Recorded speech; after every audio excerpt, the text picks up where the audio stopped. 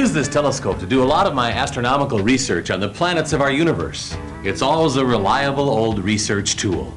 Sometimes I have to use the internet for research as well. And when I do, I use a reliable application called Netscape Navigator. Hello, my name is Scott Reynolds. Over the next hour, we'll learn how to utilize the full potential of Netscape Navigator, an internet application that has grown to become the internet's premier navigator. We'll take a brief look at the internet, its many networks, and how to get connected to it. Take a tour of Netscape Navigator. Configure Netscape for speed and appearance. And use Netscape to search for and download files to our computer.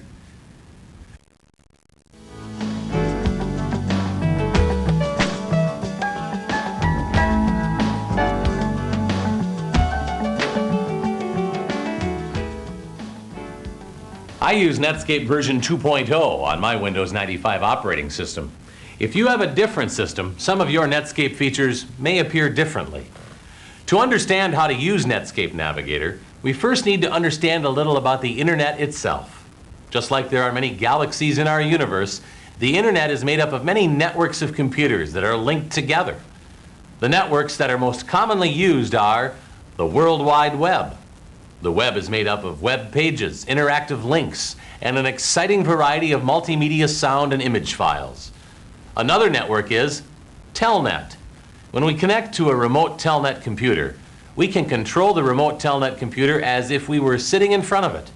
A typical example of using Telnet on the internet is connecting via Telnet to a library's catalog system to view its available book and media resources. Another network is FTP. FTP stands for File Transfer Protocol. Using FTP, we connect to a designated FTP computer on the internet, explore its directories and folders, and, if desired, transfer files from it to our computer. FTP files are a vast source of games, applications, utilities, and other useful computer-related resources. Usenet newsgroups are very popular. Usenet newsgroups are a large collection of special interest discussion groups involving millions of people from all over the world who discuss just about any topic imaginable. And other internet networks offer Gopher, Waze, and other internet search tools, email, and online chatting capabilities.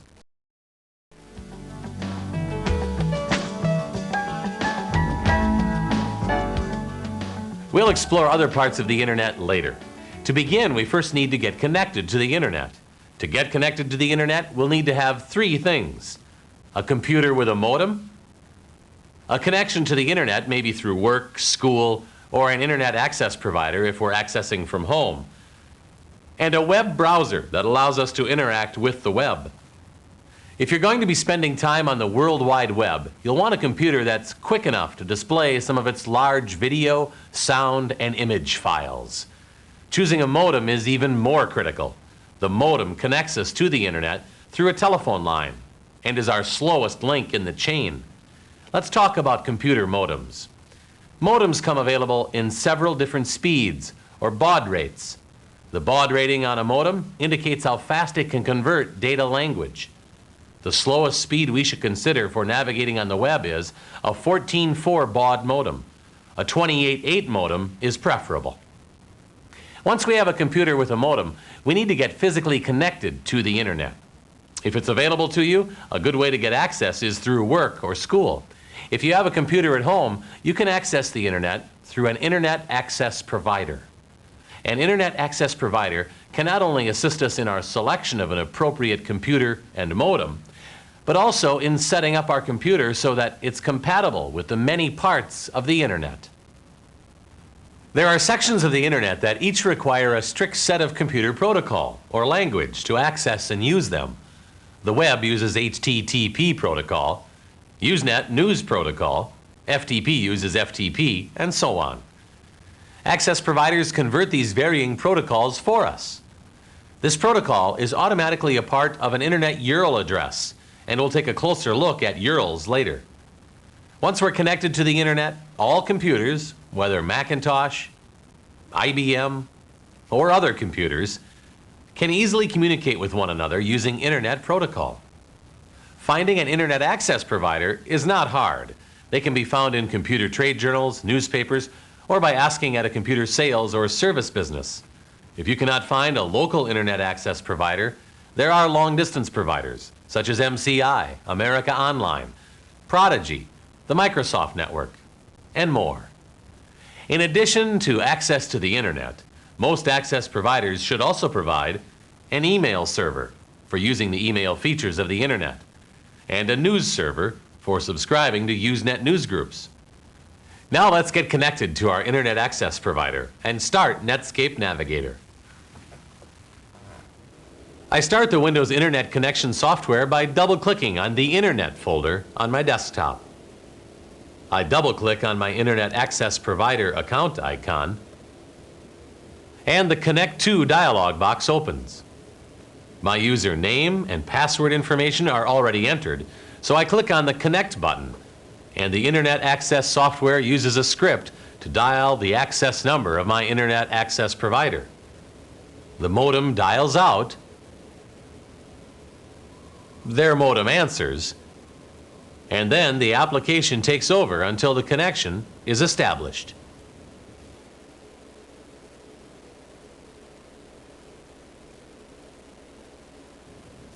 We now have a live connection between our computer and the internet. It doesn't look like much has happened yet, but we still have one last step. We need to start Netscape Navigator. We double-click on the Netscape Navigator icon. In a few moments, Netscape opens to the Netscape home page and waits for us to begin our web session. We're now completely connected and are ready to browse the web.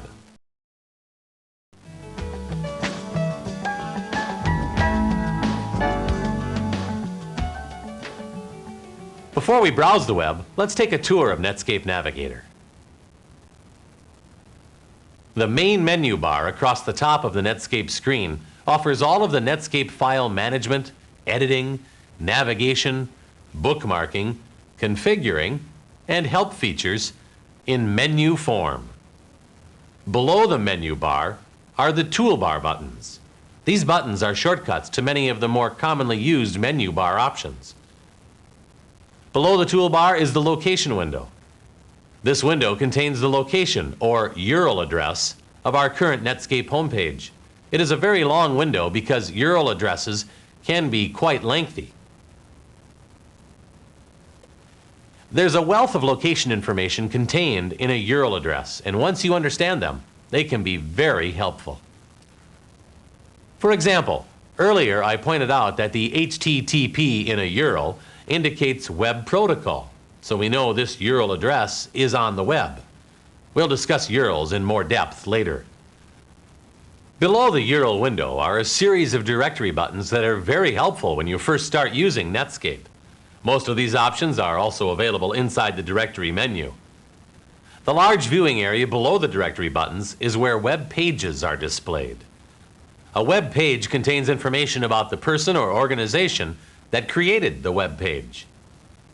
When we connected using Netscape Navigator, we automatically connected to the Netscape homepage. Within the Netscape homepage, we can connect to other web pages that are relative to Netscape. An interlinked group of home and web pages are called a website. This is the Netscape website. The bottom of our Netscape screen contains the Secure Page icon, the Progress bar, the Thermometer bar, and an email icon that opens the Netscape Mail application. All of the features within the Netscape application work together to make navigating the internet a simple and pleasurable experience.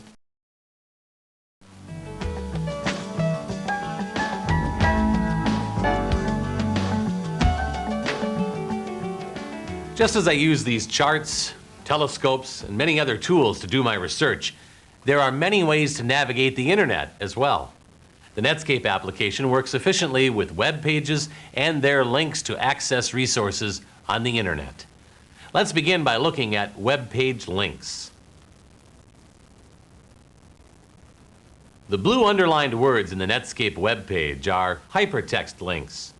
When we place our cursor over a hypertext, our cursor pointer turns into a hand, and the progress bar displays the Internet URL address where this web page is located. Hidden inside each hypertext link is a complicated set of commands that tell our computer, among other things, the location to which we want to go. This simple point-and-click nature of the web is key to its popularity. Let's see how it works. We click on the hypertext word. While the page is loading, the progress bar displays connect, file transfer, and other browsing information. In a moment, we have accessed the linked web page. This particular web page is divided into 2 frames. This is a useful navigating feature designed into the Netscape environment called Frames. This capability enables the display of multiple independently scrollable frames on a single web page. A framed web page can incorporate banners or a table of contents in one frame and full web pages in the other, thereby allowing us to make a selection in one frame and receive back instant results in the other. A page can have 2 or more frames. Often, images in web pages are also hyperlinks. Hyperlinks work like hypertext, but are images within a web page that we can click on to link to another web page. Let's use the Frames hyperlink image to go to the category called Frames. As we move our cursor over the Frames image, our cursor becomes a hand. We click on the Frames hyperlink. As a web page loads, the thermometer bar activity indicator to the right of the progress bar shows how long it will take to load. It's done, and we've accessed the Frame web page. This framed web page contains plenty of information on how to use the new Frames feature. As we've seen, a web page can contain a combination of frames, hypertext, and hyperlinks to make navigating the web quick and easy. Web pages work closely with our Netscape Navigator to provide valuable web page information. A powerful feature that makes Netscape Navigator so popular is its ability to work with web pages that are encrypted. A page that has been encrypted prevents others from accessing sensitive information, such as a credit card or social security number. To the left of the progress bar at the bottom of the Netscape window is an image of a broken key. When we've accessed a secure web page, this key becomes whole, and a blue bar appears at the top of our web page. Let's take a look at a secure web page that's also an extremely useful source of information called the virtual yellow pages. In the upper frame, we click on the hyperlink Netscape Galleria, and the Netscape Galleria web page loads. Since the virtual yellow pages begins with a V, we click on the V hypertext. When we do, the Netscape Galleria V category page loads, and we see a list of specific topics from which we can choose that begin with V. A topic heading with the key symbol next to it is a secure area. We scroll down a bit until we get to the virtual yellow pages and click on it to load it. Before we enter this website, a security information dialog box opens to inform us that we're requesting a secure document and reassures us that the information that we enter into this document is encrypted for privacy. This is a good point to take a look at how well Netscape works with web pages. In the bottom left of our window, the progress bar indicates that it is waiting for us to reply. In the upper right is the active animated activity indicator. When we navigate web pages, this indicator reassures us that Netscape is performing our request, which is helpful at times like this, so that we know that our computer has not locked up. In addition, the Stop button located on the toolbar is highlighted. Clicking on the Stop button when it is highlighted would abort our request. We don't want to abort our request, so we click on the Continue button in the dialog box, and as the page loads, the key becomes whole, and the blue bar appears at the top of the web page viewing window. The HTTP in our URL address is now an HTTPS. The S addition to the HTTP indicates that this is an encrypted or secure web page that is using HTTPS encrypted protocol. We know that we finished accessing our web page because the stop button is no longer highlighted, and the animated activity indicator is inactive. This seamless interaction between Netscape and the Internet is what makes accessing the Internet so simple, thereby contributing to the immense popularity of the Internet.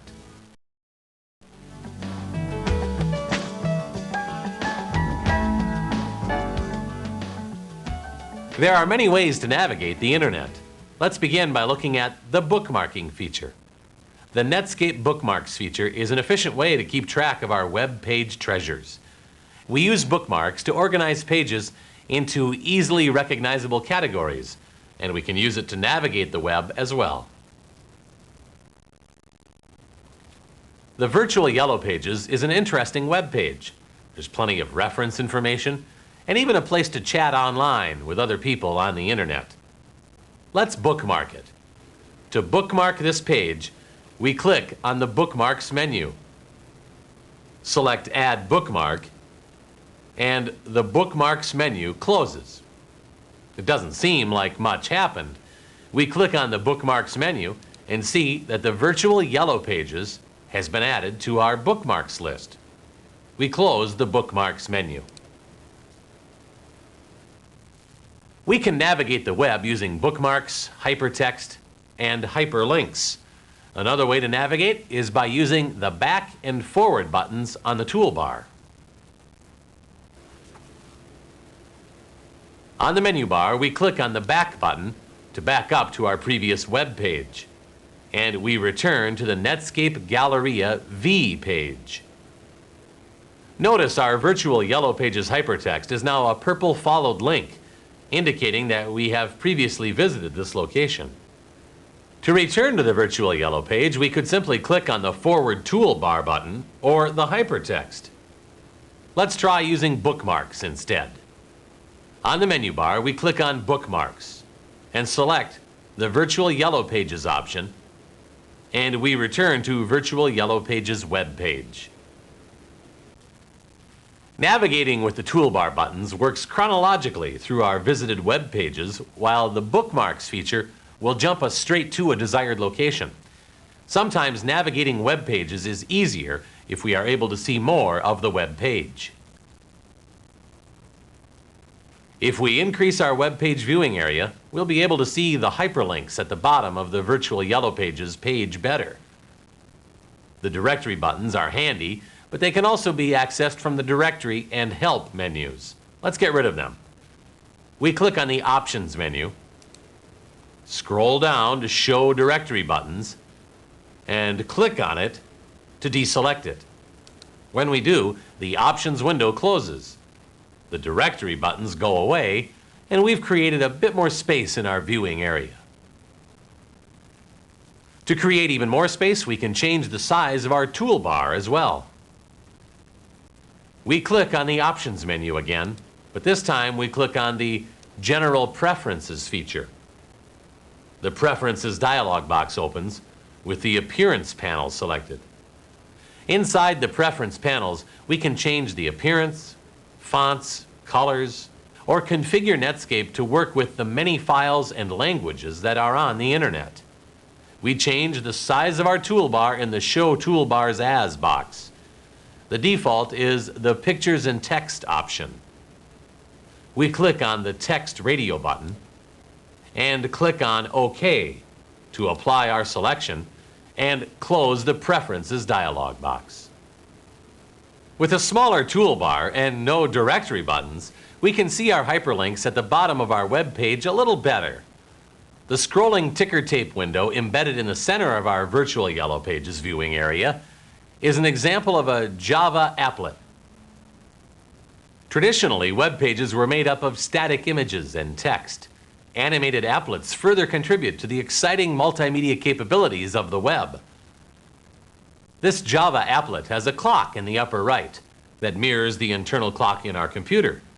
It also automatically reconnects our computer to its computer server to transfer updated data that it inserts in the crawling message, such as how many people are chatting online live on the chat line right now. Another way to navigate the web is with URL addresses. If we already know the URL address of a resource, we can enter it manually rather than hunting for a link. Let's go back to the Netscape homepage by entering its URL address into the Open Location window. We click on the File menu and select the Open Location option. We begin by typing the web protocol, http://. There is no S at the end of the protocol, indicating that this, unlike our virtual Yellow Pages location, is not a secure web page. Next, we type home.netscape.com/ and click on Open. The security information box opens, informing us that this time we've requested an insecure document. We click on Continue, and in a moment, we're back at the Netscape homepage.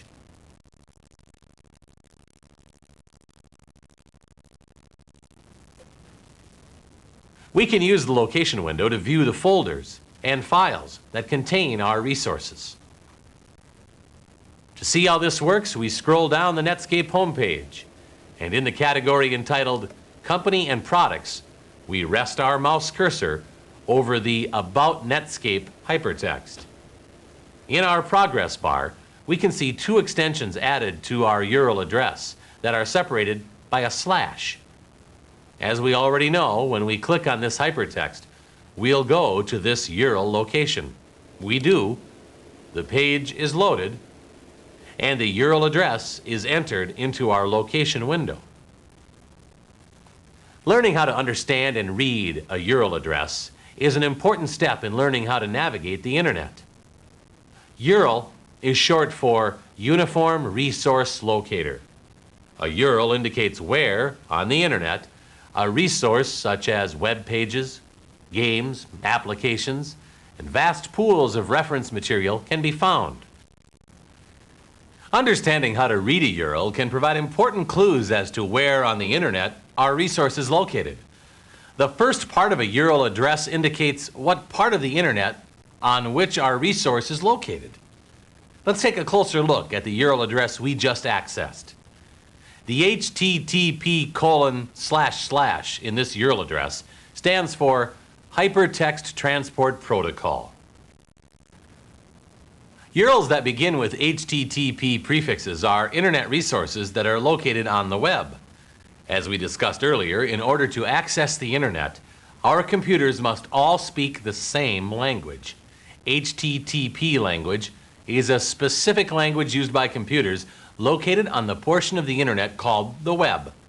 Netscape can only access the web speaking HTTP protocol. The same is true for accessing other locations of the internet as well. URLs that begin with news, follow Usenet Newsgroup protocol, and Gopher prefixes follow Gopher protocol, and so on. The segment of a URL address located after the HTTP double slashes and before the next slash contains the name and geographical location of the web computer server that contains the web page we wish to access. This section of the URL address is called the domain. Domains are separated by dots rather than dashes. The .com at the right end of this URL domain indicates that this location is a commercial organization. There are other suffixes as well. A .edu would indicate an educational institution, .gov a government, .mil military, .int international, .net networking, and .org nonprofit. There are international extensions to a domain name as well. For example, an AU added to the end of our URL address would indicate a commercial facility located in Australia. Finally, The single slashes after the top level domain name indicate a hierarchy of folders where our Netscape web page document is located. So when we clicked on our About Netscape hypertext, Netscape took over from there. Using HTTP or Web Protocol, Netscape went to the computer server called home.netscape.com. When there, it looked in a folder called comprod, found a web page called aboutnetscape.html, and loaded it into our computer. This all happens with just a click of our mouse button. As we'll see later, some URLs can be pretty long, but they all follow the same hierarchy as our URL address. Once we understand that URLs are a path to a specific location, we can use URLs as an alternative search or navigation tool. Let's edit our URL address to return to the Netscape homepage.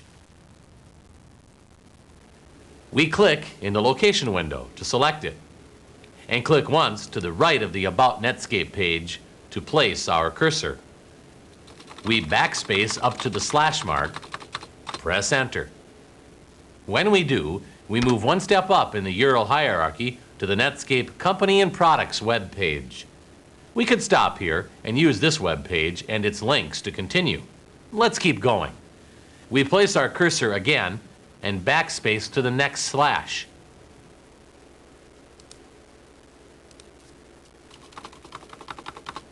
Press enter and arrive at the Netscape homepage. This is a good way to navigate if we can't find our way around a website or can't find a site's homepage. Following a URL string will usually provide many alternative resources. And once we understand URLs, they are as easy to read as a postal address. That's it for our introductory tour of Netscape. We now have a better understanding of the Netscape features and how they work in harmony with web pages, and how to navigate web pages and sites with hypertext, hyperlinks, frames, the back and forward buttons, bookmarks, and URL addresses.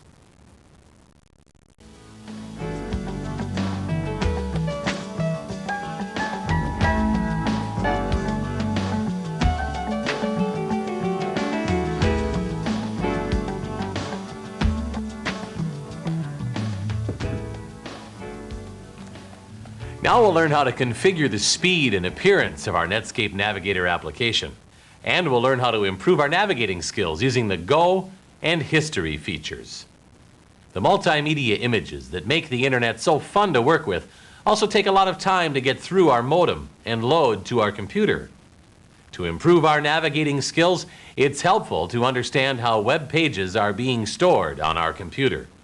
The terms that we hear, such as cruising the web or connecting online to the internet, can be misleading. When we access a web page, we're opening a connection to an internet server, bringing a web page or document to our screen, storing it on our computer, and finally, closing the connection. There are many individual text and image files that make up a web page and are stored on our computer in a cache folder. A cache folder is automatically created by Netscape when we set up Netscape on our computer, and is used by Netscape to store all of our web page text and image files. So when we're looking at a web page, we're not really connected to a computer somewhere out on the internet. We're actually looking at a group of image and text files located in our computer that together form a web page.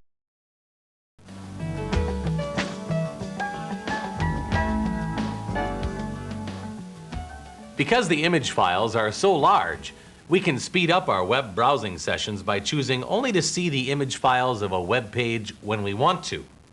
By turning off Netscape's Auto Load Images feature, we can speed up our navigating by configuring Netscape to show only the text portions of a web page. Let's turn off the Auto Load Images feature. Before we turn off the Auto Load Images option, notice that the Images button is shaded. We click on the Options menu. The Auto Load Images option has a check next to it, indicating that it's active. We click on it to deselect it. The Images toolbar button is now highlighted, indicating that image files will only be loaded to our cache when we click on the Images button. There is a Netscape web page available where we can download a large assortment of web page backgrounds. Let's access that page and download an image to configure into our Netscape Navigator. As we do, we'll see how much faster navigating is with the Auto Load Images option off. We scroll down to the bottom of the Netscape homepage and click on the Table of Contents hyperlink. When the Table of Contents page loads, we see image placeholders where images should be. We click on the Images button, and after a moment, the images are loaded to our web page. We scroll to the bottom of this page as well, and click on the Netscape Backgrounds hypertext. The Background Sampler page loads, and we scroll down to see all of the image options represented by image placeholders. These images are .gif images. GIF image files are common on the internet. As we can see, there are many images on this page, and it would have taken some time to load to our computer. By turning off the Auto Load Images feature, we have configured Netscape Navigator to only load text, saving a lot of downloading time.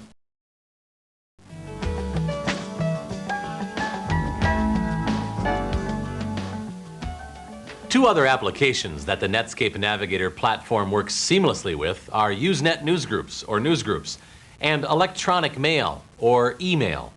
A newsgroup is a vast assembly of electronic discussion groups that communicate on just about any topic under the sun. When we find a subject of interest, we can subscribe to that newsgroup and automatically receive and respond to regular postings. Let's look at some of these special interest groups. We click on Go on the menu bar and select the AstroWeb Astronomical Internet Resources option. This time we click on the Astronomical News Resources hypertext. The Astronomical Usenet News Resources web page loads, and we see a list of specialized astronomical topics from which we can select.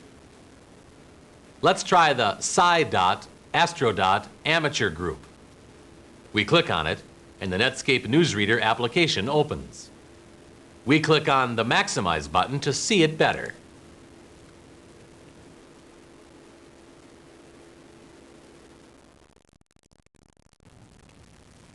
Let's take a look at some important preference settings that are important to know before we can use our Netscape Newsreader. We click on the Options menu, select Mail and News Preferences, and click on the Identity panel. The information contained in this panel is included in the header of every newsgroup posting and email we send. This information is for identification purposes. In the Servers panel, we enter our exact server information. This information is critical. We can't connect to our server if this is not entered correctly. Your Internet Access Provider will help you set up your particular newsreader server protocol. We close the Preference dialog box and return to our newsreader. In the Netscape Newsreader application title bar, we see the URL address of our newsgroup. Newsgroup categories are followed by a specific topic of discussion. In our case, amateur astronomy. Each newsgroup category is preceded by the Usenet Server Protocol News. This is like the HTTP web and FTP protocol indicators we saw earlier. They automatically tell our computer to use the correct protocol to communicate with these parts of the internet. In this case, News Protocol. Earlier, we talked about URL addresses and how we read them to tell where a particular resource is located on the internet. Newsgroup addresses are read like URLs, but the hierarchy is separated by dots rather than slashes. And the address doesn't indicate a location, but rather a specific category and topic. For example, a newsgroup category that begins with comp is a newsgroup that discusses computers. Rec newsgroups, short for recreation, discuss hobbies and sports. Sci, like our astronomy newsgroup, discusses science. Talk is a no-holds-barred group. Alt groups discuss some very controversial subjects. These are the biggest categories, but there are many more. The Netscape News application contains a toolbar, distinct menu items, and 3 panes containing news information. We can scroll or resize each of the 3 panes to accommodate the news information. We can use the toolbar buttons or menu items to scroll through our messages. Once a message is read, its header is no longer highlighted. Let's take a closer look at the News Group pane. The News Group pane contains several columns. The first column shows the list of newsgroups to which we have previously subscribed. My news server automatically adds newsgroups that are helpful for people new to newsgroups, plus our Astro Amateur group. There are plenty of friendly and helpful people and informative messages located in the new user newsgroups. Be careful, there are certain rules of etiquette that apply to posting messages. It's easy to inadvertently offend or miscommunicate. It's highly recommended that you spend some time reading the postings in the new user groups before you begin posting your own messages. The news group we selected earlier is already highlighted. The subscribe column indicated with the checks lets you view only selected newsgroups when the news application opens. We click on the Astro Amateur newsgroups to subscribe, and a check appears in the box. We are now subscribed to the new user groups and the Astro Amateur group. There are many newsgroups from which to choose. By default, the Netscape newsreader only shows our subscribed groups when it opens. To view all newsgroups that are available to us, we click on the Options menu and select the Show All Newsgroups option. As we scroll through the options, we can see that the choices of topics are varied, and inside each folder are many other folders that contain even more newsgroups. The list of Usenet newsgroups is large, and in them we can find a topic of discussion on just about any subject. Let's return to our subscribed groups. We click on the Options button, select Show Subscribed Newsgroups, and return to our subscribed list. We click on the Astro Amateur newsgroup and resize our window again. We can click on any header to view the message with address information in the bottom message pane. The author's address information is automatically inserted in the message header from the Preference Settings panel that we looked at earlier. Take the time to learn more about reading, posting, and managing Usenet newsgroup messages. I've turned to newsgroups many times for help when my internet searching sessions have been unsuccessful.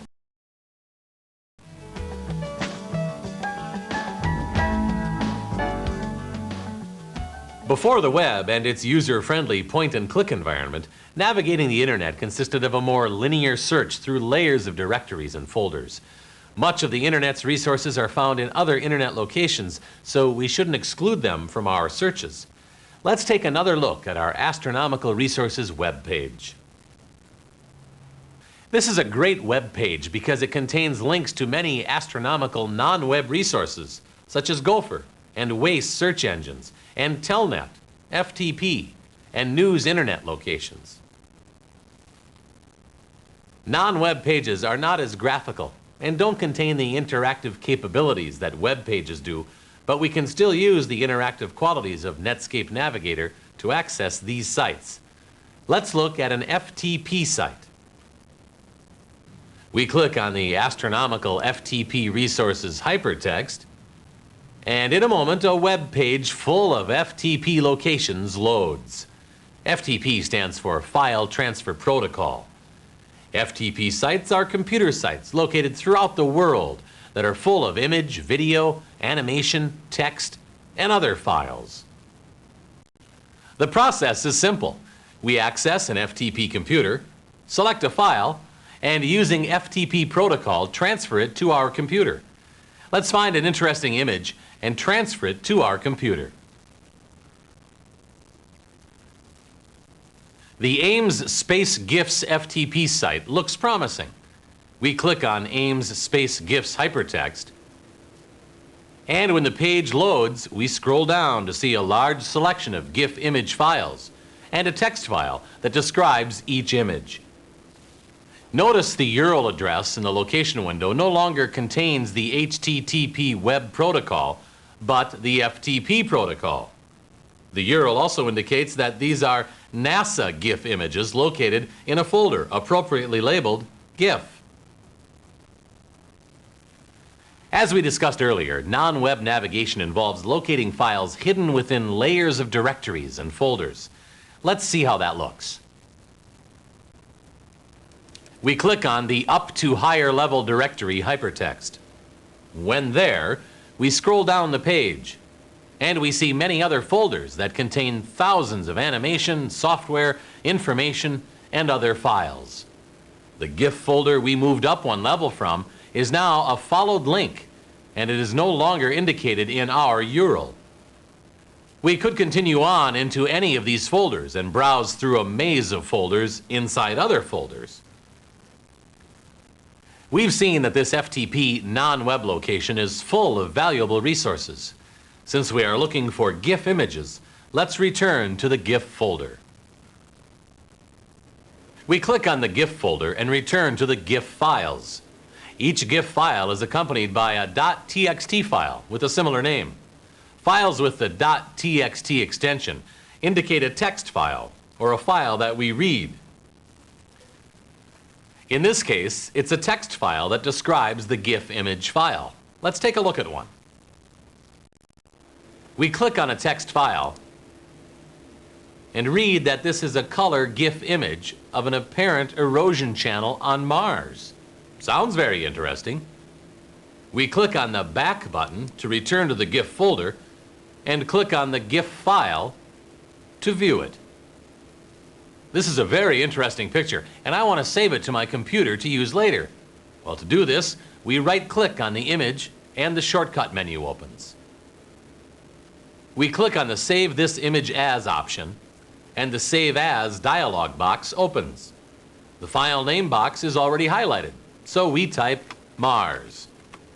We want to save this image in the default program folder, so we click on the Save button. The Saving Location information box opens, and in a moment, the image is saved to our computer.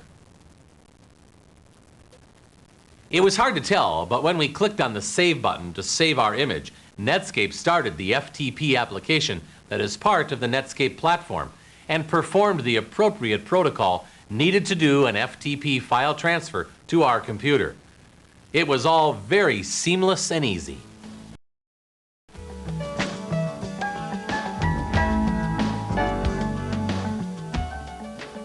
I like to share information with my colleagues, so I'll send an email to a former associate that contains both the FTP image we found earlier and this newsgroup message. We click on the Message menu, select the Mail Reply option, and the Netscape Mail window opens. Netscape automatically inserts the email address of the newsgroup message we have selected into the Mail To text box.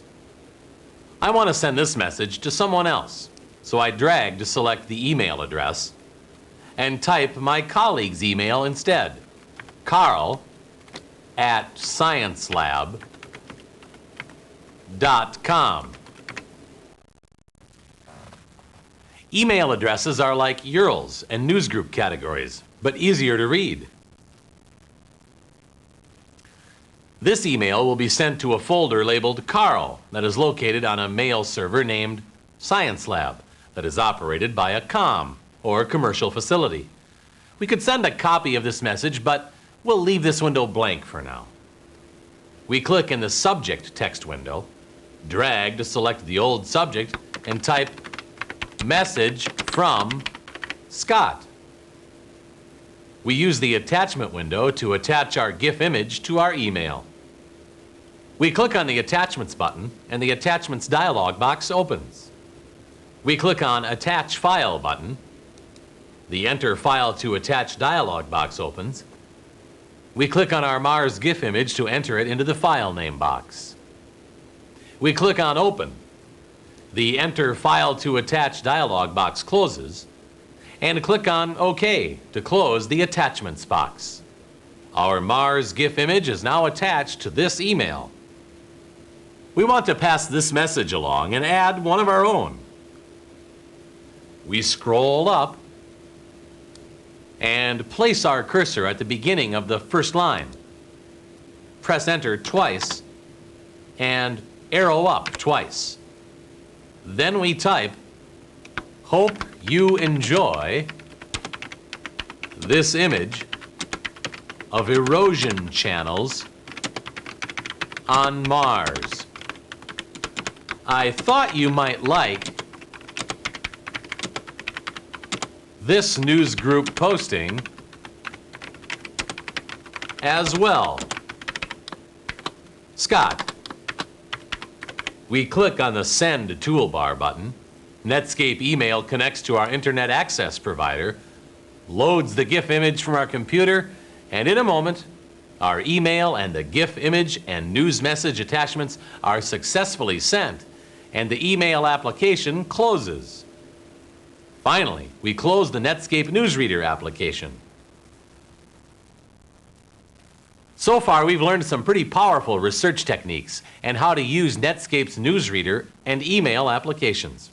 Next, we'll look at some other exciting applications we can use with Netscape to browse the internet.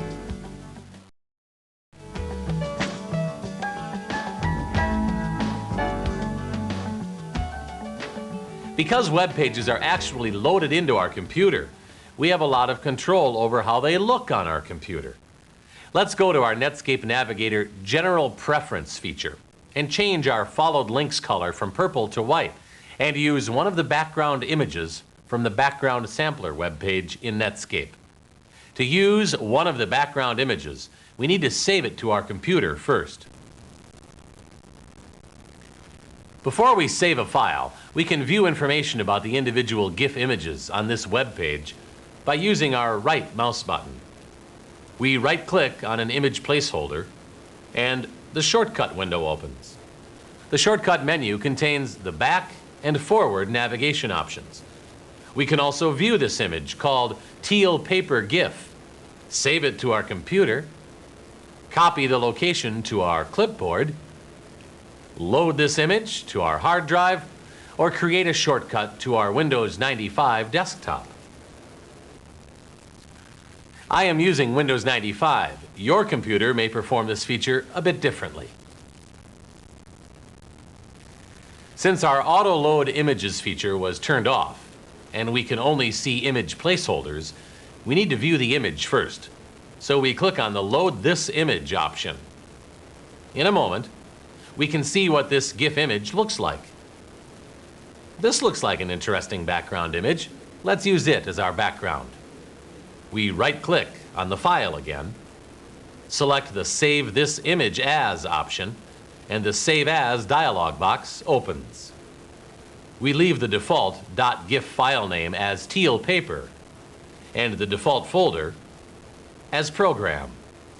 We click on Save, the saving location information box opens, and then closes when the image file is saved to our computer in the program folder. We can now configure Netscape to use the teal image file as a default background image. On the menu bar, we click on the Options menu, select the General Preference option, and the Preferences dialog box opens to the default Appearance panel.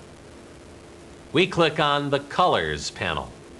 In the Colors panel, we can choose a custom color for our links, followed links, text, and select a background image. To change our followed links color from purple to white, we click on its Choose Color button, and the Color dialog box opens. We click on the white color to select it, and click on OK to close the Color dialog box and apply our new custom color. Our followed links custom box is checked. The default background of our Netscape web page viewing area is light gray. In the Colors panel, we can select another custom color, or we can use an image file as a background. Let's use the GIF image file we downloaded earlier from the background sampler web page as a background image. We click on the Image File radio button. We want to find the teal.gif image that is located on our computer and designate its location in the Image File text window. So we click on the Browse button, and the Select a Backdrop Image dialog box opens to the Program folder located on this computer. We click on the teal paper image file to select it, click on the Open button, and the path to our teal image file is entered in the Image File text window. Some web pages are designed with specific colors, fonts, and images in mind. We can choose to have our new configuration override these documents and use our colors and font choices. We'll leave this option deselected. We're done configuring Netscape, so we click on the OK button, and the General Preferences window closes. To save our settings, we click on the Options menu and click on Save Options. Our new settings are now saved. We click on the Back button to view a followed link's new color. Since we shut off the Auto Load Images option earlier, we need to click on the Images toolbar button to see our new background image. We click on the Images button, and our Netscape background has changed to our saved GIF image. Any .gif image file will work as a background image. Many colors and fonts can be selected. With a little experimentation, we can personalize our Netscape Navigator to look just the way we want it to.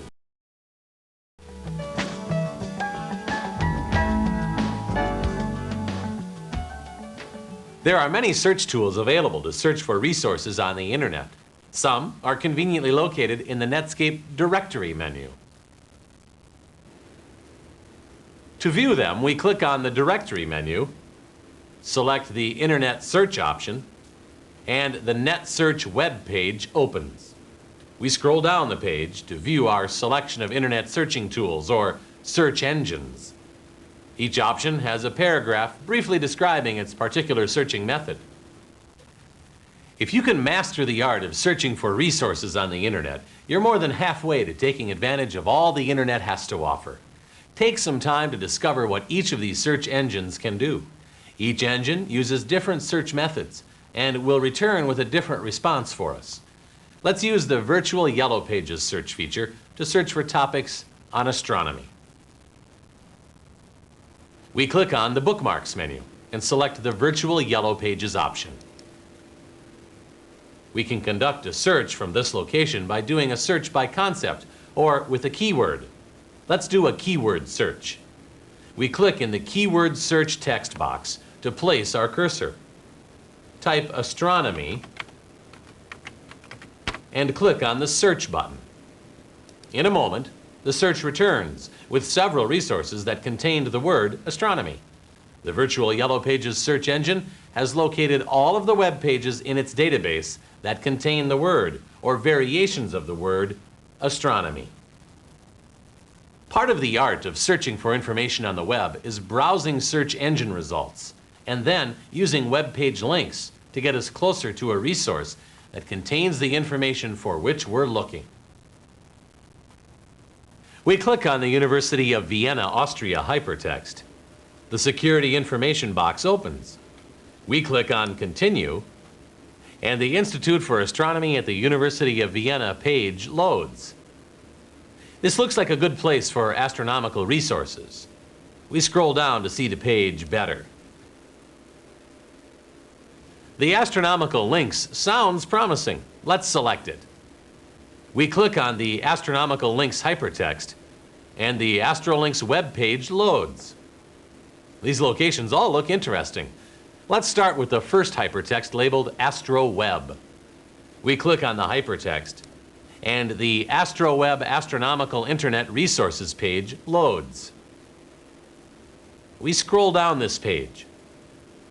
We've arrived at an astronomical reference page that would be a great place to begin searches, so we'll bookmark it.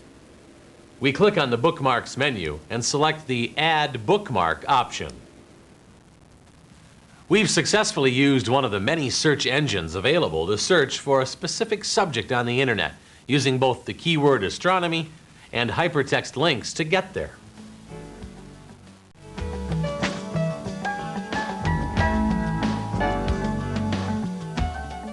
We now know how to configure the speed and the appearance of our Netscape Navigator. Now let's learn some intermediate navigation skills using the Go and history list features. The Go menu option allows us to see a chronological list of our current navigation session and is helpful when we wander off track. To view our current list, we click on Go on the menu bar and the list opens up. A check mark helps to indicate our present location, which, since we just selected the back button, is one step back from the background web page. We close the Go menu and use the back toolbar button to toggle backwards through our history list one page at a time. Notice that the virtual Yellow Pages background overrides our background image because we didn't choose the override selections in the Preferences panel. We click on the Go menu again, and our check mark has changed to reflect our new location. In the Go menu, we click on Netscape Galleria option and revisit our Netscape Galleria page. The history list is also a chronological list like the Go menu, but it also includes the web page's URL address. To get our history list, we click on the Window menu and select the History option. In the History window, we can grab the scroll bar to view a URL better. We can also bookmark a web page here. We click on the Netscape homepage at the bottom of the history list and click on the Go To button to go to this page. We close the history window and see that we've returned to our Netscape homepage. We're more concerned with how web pages look rather than speed right now, so let's turn our Auto Load Image option back on. We click on Options, select Auto Load Images, and our Images toolbar button is now shaded, indicating that the Auto Load Images feature is activated. To return to our default background, we click on the Options menu and select General Preferences. In the Colors panel, we click on the default radio button, click on OK, and our background image is gray again. That's it for intermediate Netscape Navigator skills. We learned how to configure the speed and appearance, and how to navigate with the Go and history lists. Next, we'll polish off our Netscape Navigator skills by using Netscape to access the FTP, Usenet newsgroups, and email non-web resources.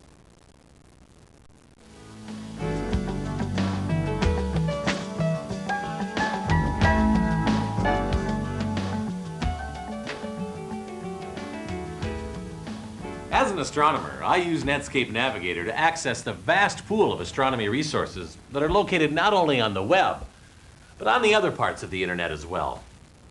As interesting and fun as the web is to navigate, it's only a small portion of the entire internet. The resources that are available on other portions of internet are tremendous and should not be ignored. Let's use an internet search tool to find resources that are located outside the web. After that, we'll learn how to load another image file from the internet into our computer. Visit Usenet newsgroups and send an email.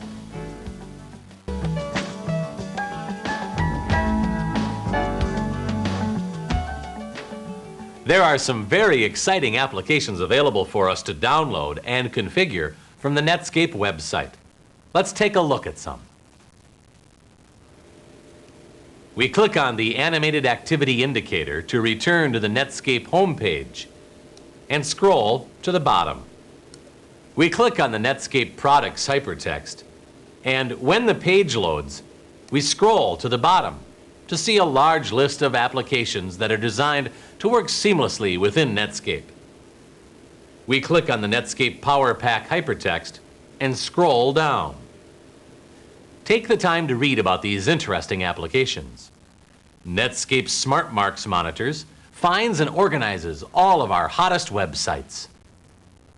Apple QuickTime enables users to play multimedia movies with video and sound. The Real Audio Sound application is a great tool if you just want to quickly sample lots of different sound files. The internet contains websites such as this Netscape site and non-websites full of very exciting applications. In the last hour, we've only touched on a few of the powerful features that are a part of Netscape Navigator. Use the skills you've learned to search web and non-web resources. The possibilities are immense. If you ever get lost, find a news group and post your question. Someone is always willing to help. Located in the Help menu is an option called Handbook. This is a good location to get specific information about each of the menu, toolbar, preference, or any other features available in Netscape. Netscape Navigator is all you need to build the perfect internet cruising platform. Now it's up to you to find other new and exciting places that are out there. You're ready to test your new navigating skills as you explore the wonders that the universe of the internet has to offer.